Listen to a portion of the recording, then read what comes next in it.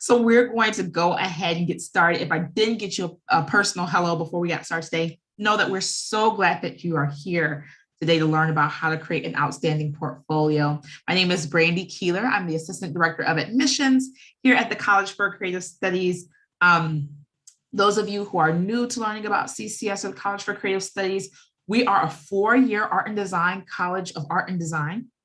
Located in the heart of Detroit's Cultural Center, where we've been preparing visual artists for creative careers since 1906. At the core of our mission at CCS, we're dedicated to helping students who have that passion, that interest in design, figure out how to elevate those skills, elevate that talent so that they can become the next generation of creative change makers. So we know that if you're creating a portfolio now, it's only a part of the process to where you're starting to make a difference in the world using those creative gifts. So today, this workshop is designed to help you better understand what colleges are looking for, colleges like CCS, as well as many others, and what they're expecting in your portfolio when you apply. So today I'm going to give you some tips and some suggestions on how to select the best work for your portfolio and even how to present that work for your portfolio. So I am going to cut off my camera while I'm presenting here so that you all can focus on the information on the slides that we have here today, okay? So first off, for those who are like, what is a portfolio? We hear this word a lot when we're talking about art school, but what actually is a portfolio? A portfolio is simply a selection of recently created visual artwork that demonstrates a few things. It demonstrates your creativity, your personality, your abilities, and your commitment to art making and the creative process. So I want to make sure I include all of those things because it's not just a demonstration of your skill. It also needs to show us who you are, how you think, and that you're dedicated to this path. We want to see your passion in your portfolio. And it's important to think about which works you'll choose and how you'll present them. So let's talk about what do you include in a portfolio, right? There are a few different things that you can include.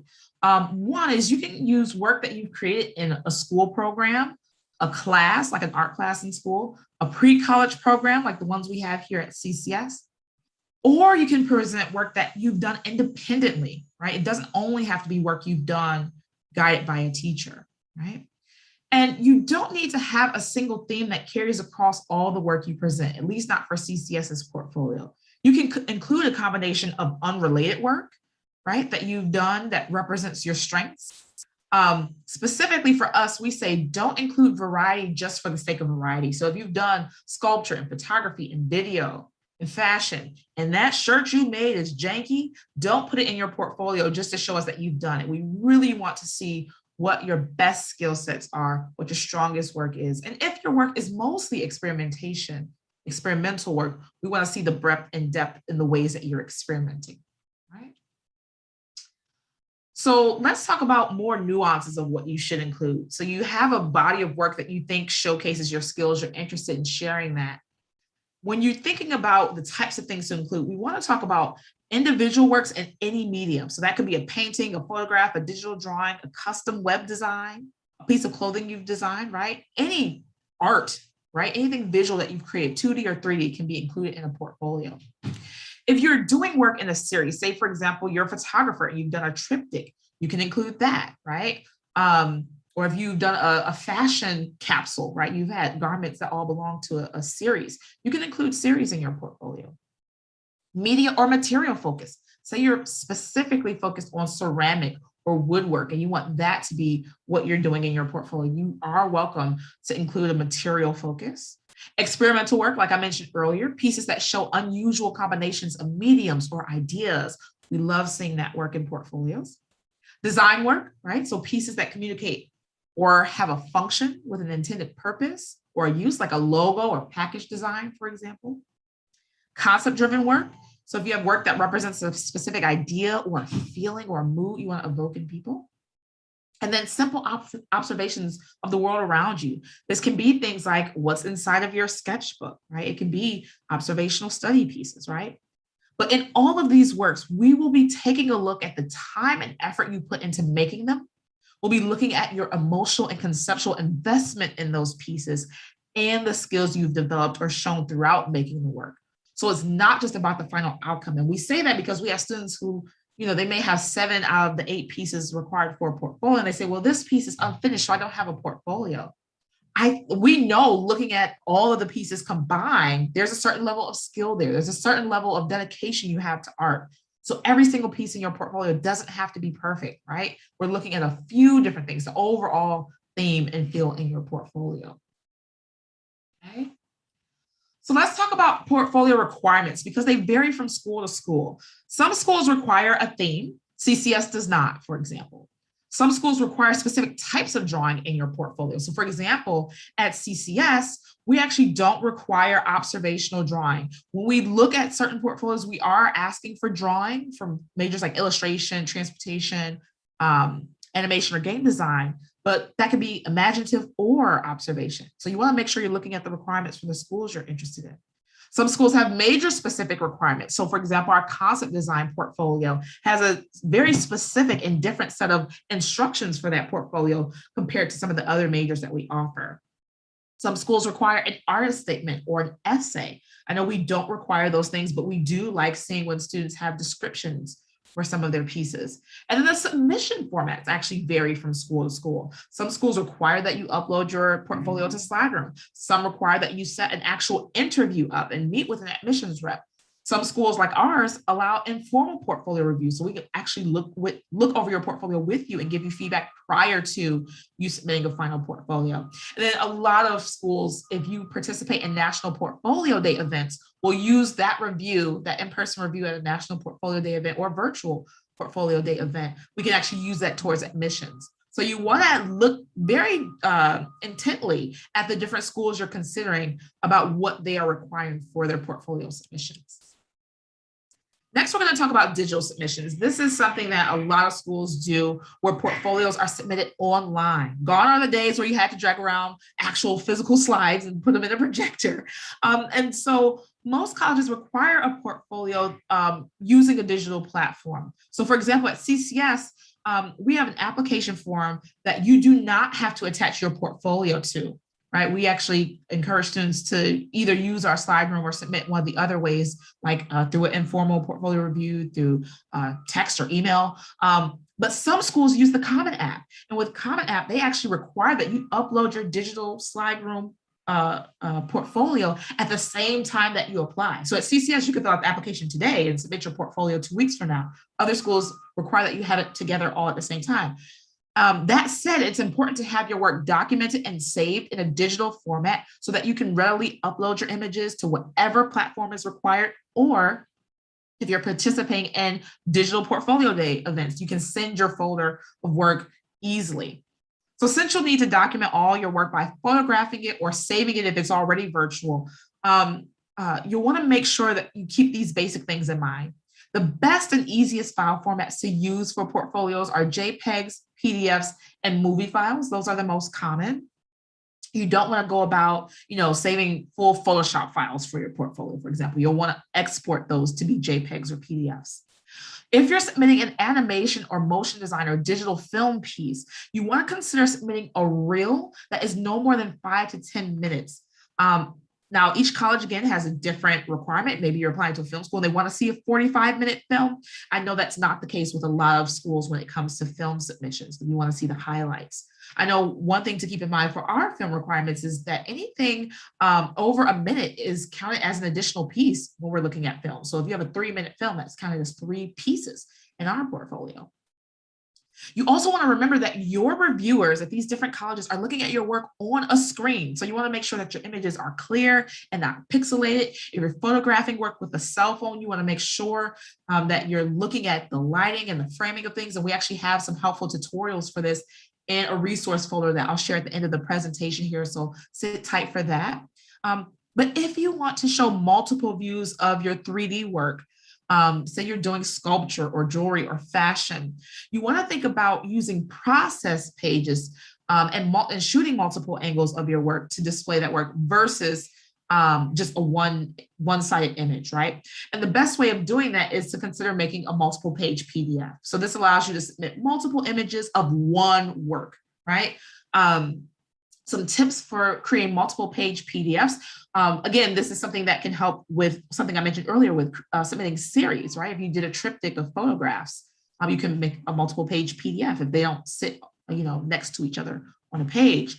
But you do want to consider the spacing on those PDFs. You don't want to overcrowd your PDF pages, and you don't want to make just one PDF of all of your work. You don't want to do that either, because a lot of times when you're uploading to SlideRoom, it will have a number requirement of uploads.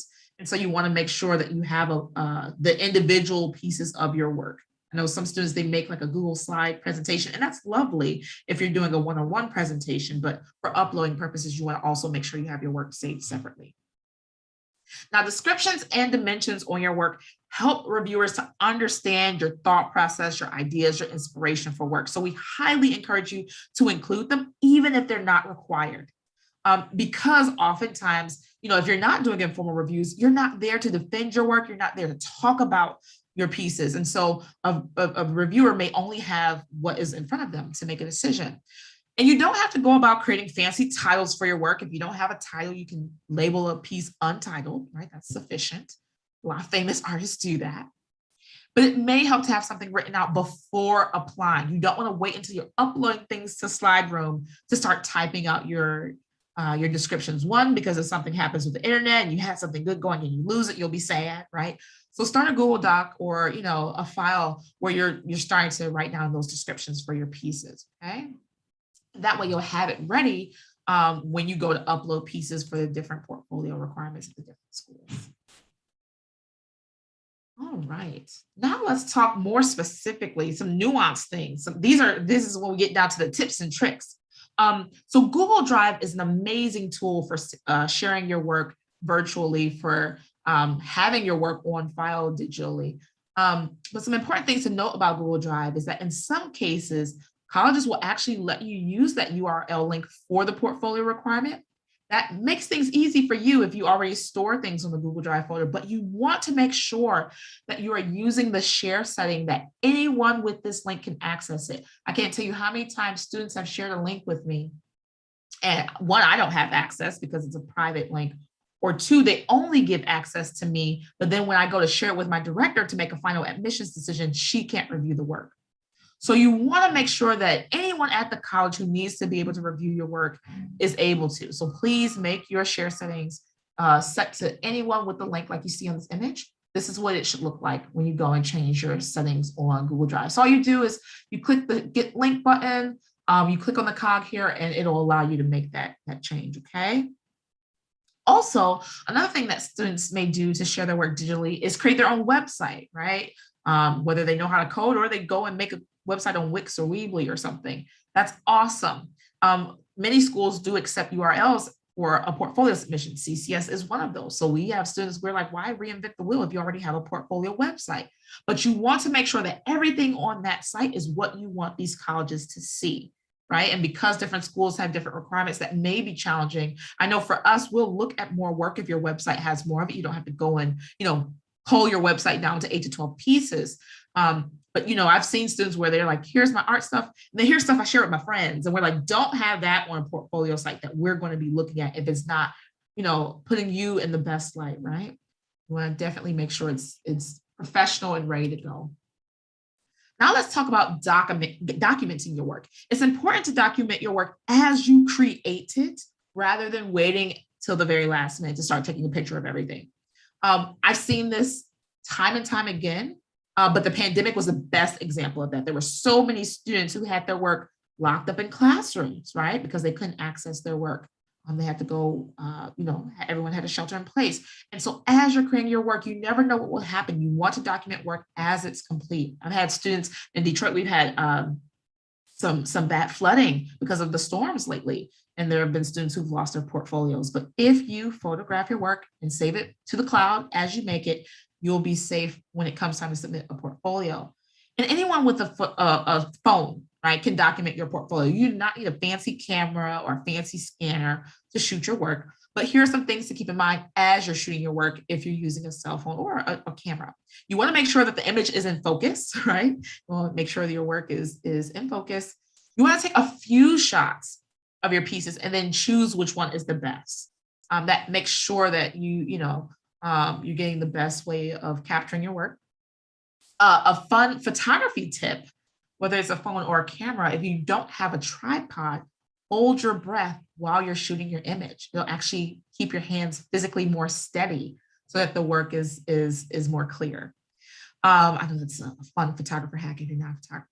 For digital artwork, you do not need to photograph your screen with your phone. Please don't do that. If you're sending screenshots, make sure to crop out your browser window, the toolbar, your desktop. We don't want to see everything, all the tabs open on Google Chrome, right? We just want to see the artwork. And then you want to make sure for 2D images, you're shooting those on a flat surface. So if you're doing a drawing or a painting, something on a canvas, if you don't have a flat like setup, like most studios do, put it on the floor. Make sure it's a clean floor, right? Make sure it's a flat surface. But lay it down. Maybe you put down a nice piece of fabric, dark fabric behind it, or light fabric if you need contrast, and shoot downwards, right, towards your artwork. Obviously, when you do that, make sure you're not getting your shadow in the shot. I've seen that with a lot of students. It may take you getting a lamp from a room in your house and angling it at 45 degrees towards your work so that you're not, your shadow's not in the shot, but make sure you're shooting your work on a flat surface. And then again, we want to focus on the work. So even if you're shooting work in your home, when you do take it onto a computer or your phone, you want to make sure you're cropping out the shag rug underneath, right? Or your cat's tail. I can't tell you how many times I've seen people's pets through their portfolio. I love pets, but not in your portfolio unless there is a drawing of them. So make sure you crop that information out. All right, so here are some examples of exactly what I just said not to do. So this student, they had a PDF with 1 billion images on one page. So when we're looking at it on our computer screen, it actually looks like this. And depending on the program, sometimes you can't even zoom in to see the details, right? So don't cram your PDF pages. This student, this lovely student, let me see not only their artwork, but their browser, like their window, the toolbar, their laptop, and their bedroom, right? But this is a digital file, so they could have easily just done a screenshot or export the JPEG of this file, right? And this student, they were unsuccessful for a few different reasons. One, you shouldn't be drawing anything on lined paper in college, in high school. No drawing on lined paper. But two, this isn't a flat surface, right? This drawing is at an angle, as you can tell by looking at the 4 edges around it, and it's darkly lit, right? It's kind of shadowy, and there's like environment around it, right? Versus had they stood above it, exactly above this image, shot it, and then crop into the drawing, right? So don't do any of these things. We don't want you to make these mistakes. Some things to avoid content-wise. So I talked about what not to do when documenting your work, but I also want to talk about things not to include in your portfolio. The first thing is avoid including drawings of any existing characters, like anime characters, your favorite Disney movies. I don't want to see Dragon Ball Z or Mickey Mouse or Mario. I don't want to see any superheroes from video games you play, the Joker, the Hulk, Deadpool. Those are not your own creation, right? Those are another artist's creative ideas, and you're simply mimicking those. And we want to see your original ideas. We want to see what you create. So please, please, please avoid copying work in that way. Another thing to avoid is drawing photo reference from the internet. We want to make sure, one, that you're not plagiarizing, right? But two, that your work is interesting and original. So I can't tell you how many times I've seen the same K-pop stars in portfolios. So everyone finds their favorite celebrity, or they go and find Ariana Grande and they draw the same picture. The composition is the same, right? And all we see are your skills, but not your creativity. So you want to make sure if you're using photo reference, it's simply to inform ideas for your pieces, right? So I will say, for example, if a student is drawing an imaginative landscape and they need inspiration for a mountain, yes, go to Google and grab a mountain picture and use that for inspiration. Or if you are creating your own creature and you're combining a horse and a pig, yes, of course, look at photo reference to inform those things. But don't go and strictly just copy images online. Go and shoot your own photographs for references. If it's something that you have access to, which I'll give you a few hints, people you have access to, right? Landscapes, you have access to certain environments, right? Cities, cars, buildings, things like that, trees, right? Those things, go shoot yourself. If it's something you don't have access to, like a Japanese temple, then yes, go to Google for that for reference. If your medium is photography, please keep in mind that we are still looking for your unique vision of the world. So you want to make sure you're photographing different subjects on different days, right? You don't want to just do one photo shoot and include all the images from that. And if you're staging your own shots, like you're setting up studio photos or you're doing your own fashion photo shoots, consider which single image or maybe a triptych, but a few images may be the strongest, right? When you submit multiple images from the same shoot, it looks like you don't have an actual passion, right? It looks like, oh, I tried this once and I'm going to see if it gets me into school, versus showcasing that you've been experimenting with photography for a while, right? And we don't want your whole portfolio to be just one subject matter as it pertains to photography, right? That being said, pro tip for anybody interested in photography, things that we see often that are no longer creative at this point: sunrises, sunsets, vacation photos, pictures of your pets, and pictures of your little siblings, unless it's shot really, really well, right? We see a lot of those things in portfolios. And so we say, push yourself out there, right? Get in different angles, shoot from a bird's eye view, from an ant's eye view, close up, far away, really push yourself in the way that you're capturing imagery.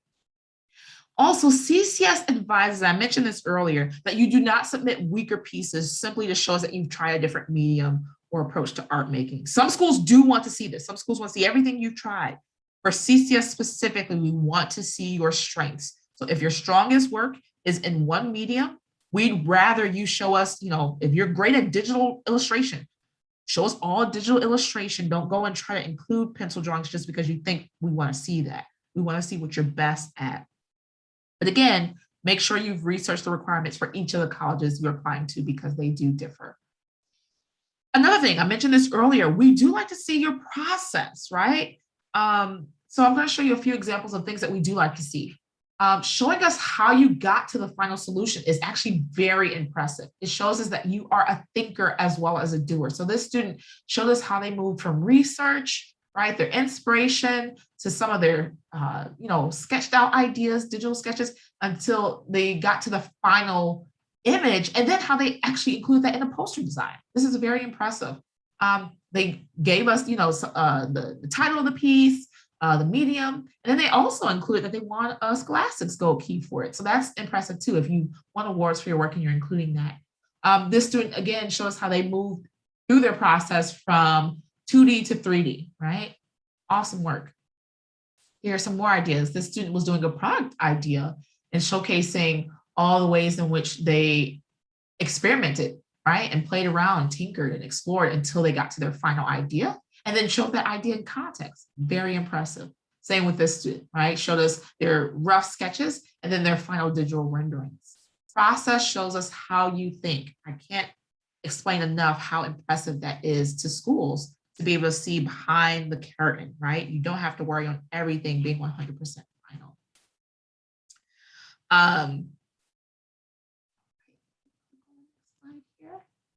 All right, so let's talk a little bit about drawing, because different schools have different requirements. And when they say drawing, they mean different things. I'm going to speak specifically to CCS. If you are applying, and I mentioned these majors earlier, to illustration, animation, game design, or transportation design, you will need to include at least 5 drawings in your portfolio. At CCS, the portfolio is 8 to 12 pieces, right? That's the total portfolio requirement.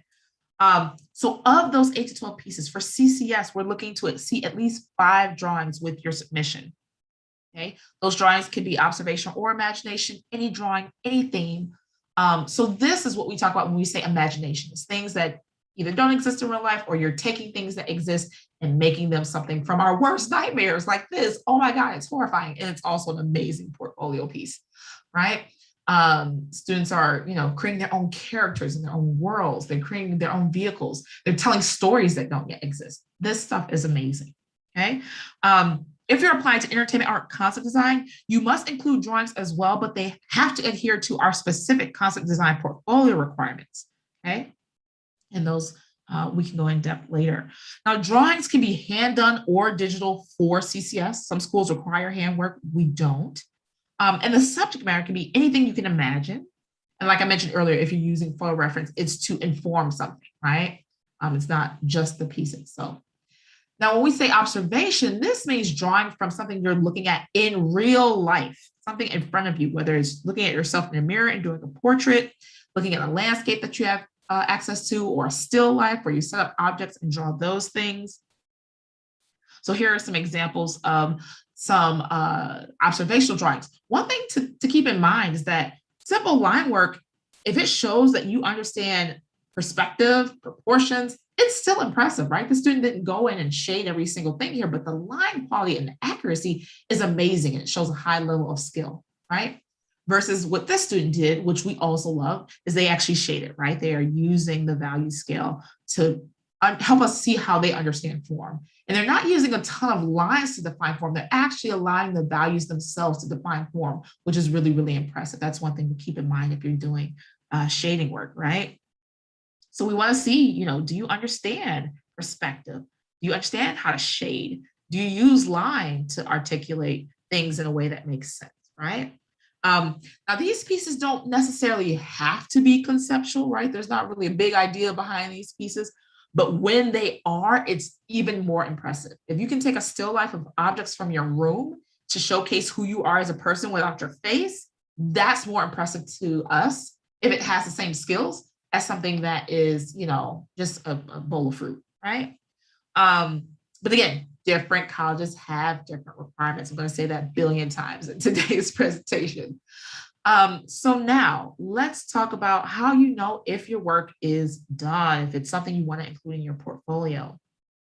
Know this, as an artist and designer, we have this curse called divine dissatisfaction. All artists have it. Your work may never be completely done. It may not be perfect, and that's okay, right? Perfectionism or even anxiety can keep you from submitting a great portfolio for early consideration scholarships, right? It's because you may be nervous or anxious about having a reviewer look at it, but know that reviewers at most colleges, specifically at our school, are looking at your current skills, ideas, processes, and concepts and potential, knowing that you will grow those things in our school. We're not looking for people to be perfect transportation designers to enter our transportation design program, or what would be the purpose of the school, right? All of our admissions staff have been art students. We all graduate from art colleges, and the vast majority of us actually graduate from CCS. So we know firsthand what it's like to go through this process, right? And oftentimes, because we've reviewed so many portfolios in our career in admissions, we can actually see your potential in your work before it's done by your standards. So I know I can look at students' sketchbooks and say, oh yeah, for sure. And they're like, oh, but it's not done. It's not ready. I had to do this. I'm like, I already can tell where it's going. I can see your skills, right? They say it takes 10,000 hours of doing something to become a master at it, but we are not expecting you to be a master just yet. You're at the very beginning of your creative careers. Even if you've been drawing since you were 6, you're still at the beginning, right? And so to lessen any potential anxiety you may have, we strongly, strongly, strongly encourage you to schedule an informal review with us before it's time to apply. And this is not just for seniors, sophomores, juniors. Please come talk to us.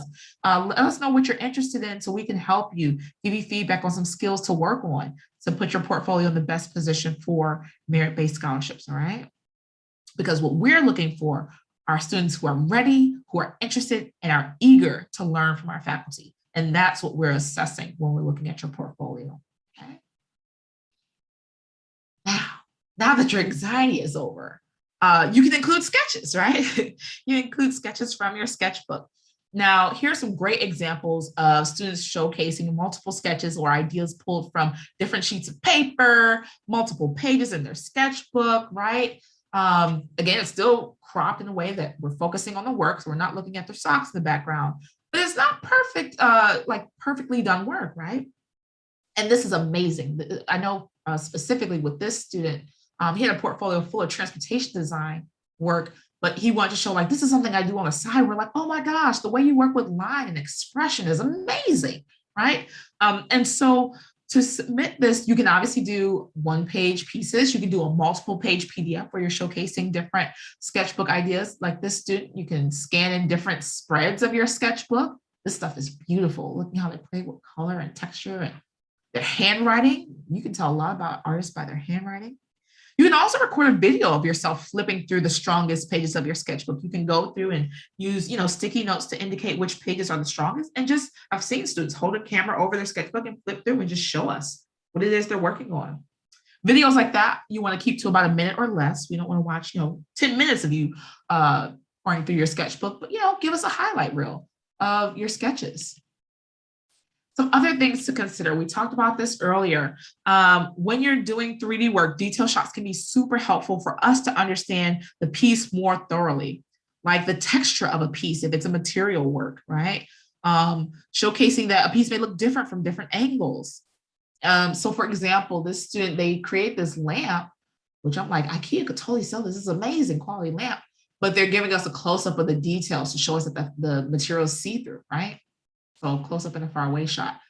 This is an example of that sketchbook page through that I mentioned earlier. And then when you're doing design work, it's really nice to show that your designs have an application in real life, right? So envisioning how a logo will function. So this, while the logo is very well done, nice approach to typography, showcasing how it's actually blown out into a campaign or used in context is even more impressive, right? And if you're like, I know how to design, but I don't know how to Photoshop or superimpose things onto objects, know that there's actually a website where you can upload your graphics onto just about any type of merge or object.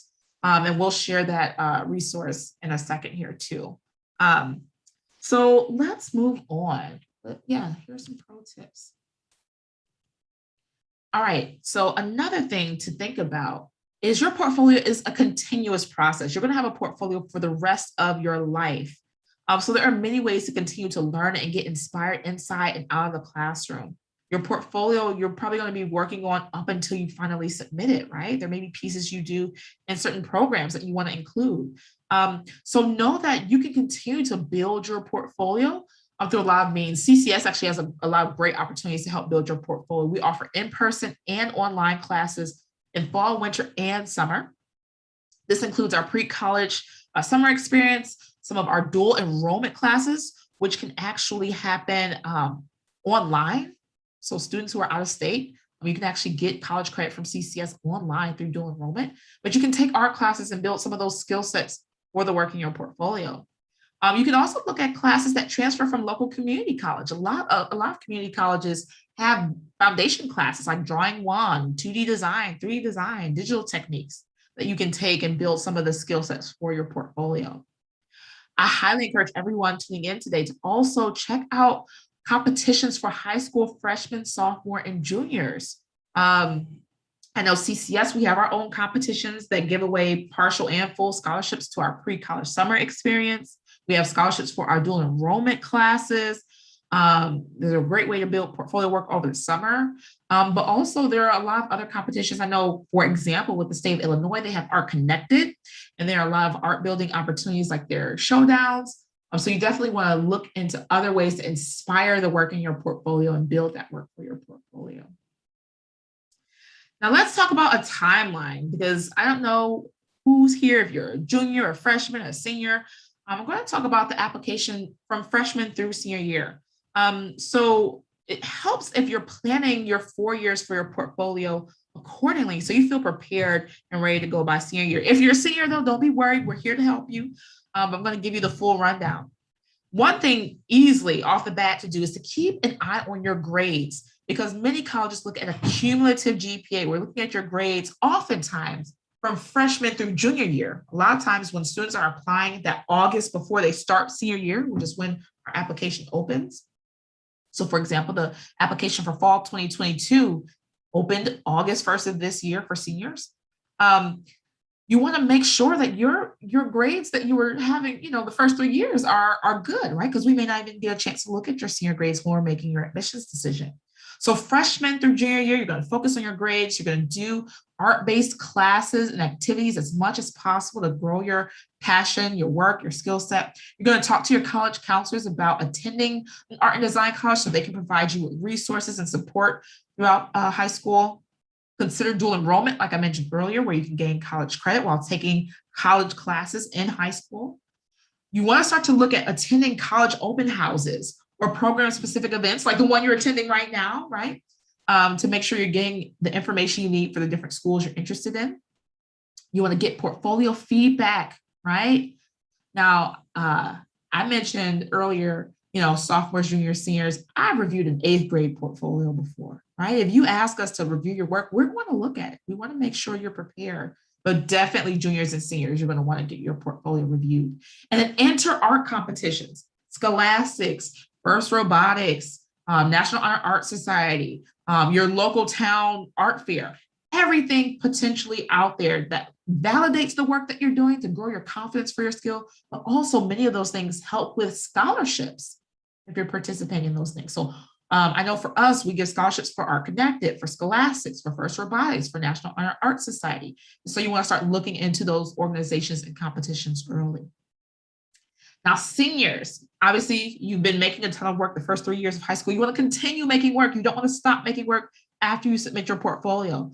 In fact, if we think it's helpful, we will give you guidance on things to still work on even after you found out that your portfolio is admissible, because we want you to continue growing as an artist. You don't want your skills to go dormant, senior year before you start at college. You want to, like I mentioned earlier, do that portfolio requirement research, see what the different schools require that you're applying to. Create an application timeline, because deadlines are different from school to school. For example, for CCS, our early action deadline is December 1st. That's how you're automatically considered for our highest merit-based scholarship. There are some schools out there that have an early action deadline of November 1st, right? So you want to make sure you're planning out your applications according to the varying timelines of schools. There's no one size fits all for that. Collect details on application requirements for the colleges you'll be applying to, because that'll let you know if you need to prepare to write an essay for another school, right? Or if you need to have different versions of your work, right? I know some schools, they actually have requirements for certain types of pieces. So you may need to actually plan a time to learn how to draw a bike if you don't already, and then draw the bike for your portfolio, right? If you haven't already, if you're a senior, you haven't already attended an open house for the schools you're interested in, or done a portfolio review or an on-campus virtual tour or event, you got to do that now, right? You got to start getting information about these schools so you can not only find out what schools have the right major for you, but what schools are a good fit. You learn a lot about school culturally when you are attending these events. And then application, right? So like I mentioned, August, the summer after junior year, is when you actually start applying to colleges. You do not wait until you're done with senior year by any means. Our early action deadline, December 1st, where I mentioned you get considered for our highest scholarships. That means you're applying for college before you even sometimes get your senior year grades, right? So you definitely want to apply. You want to understand all the hard deadlines and soft deadlines. So some schools have hard deadlines, meaning they won't admit students if you apply after a certain day. I know for CCS, we don't have that. We actually have a priority deadline of February 1st, and we have rolling admissions up until forever, right? Until there's no more space in our program. So, but some schools are like, okay, if you miss December 1st, you miss November 1st, that's it. So you want to make sure you understand those things. Big tip for seniors is that you want to file a FAFSA. So for example, at CCS, we award merit-based scholarship based on the strength of your portfolio and grades. We also award need-based aid, need-based grants. We are a nonprofit educational institution, meaning our goal is to educate, not to make money. So we do a lot, as much as we can, to help make CCS affordable for families. So in addition to your merit, we want to look at your FAFSA, understand your family's financial situation to see what other aid we can provide. And then around, different schools have different points when you receive your admissions decision. At CCS, you receive your admissions decision within a week or two of applying and submitting all of your admissions pieces, which are your portfolio and your high school transcripts. When you fill out the form, submit your transcripts and your portfolio, in about a week or two, you get your admissions decision. We do not have early decision, we have early action.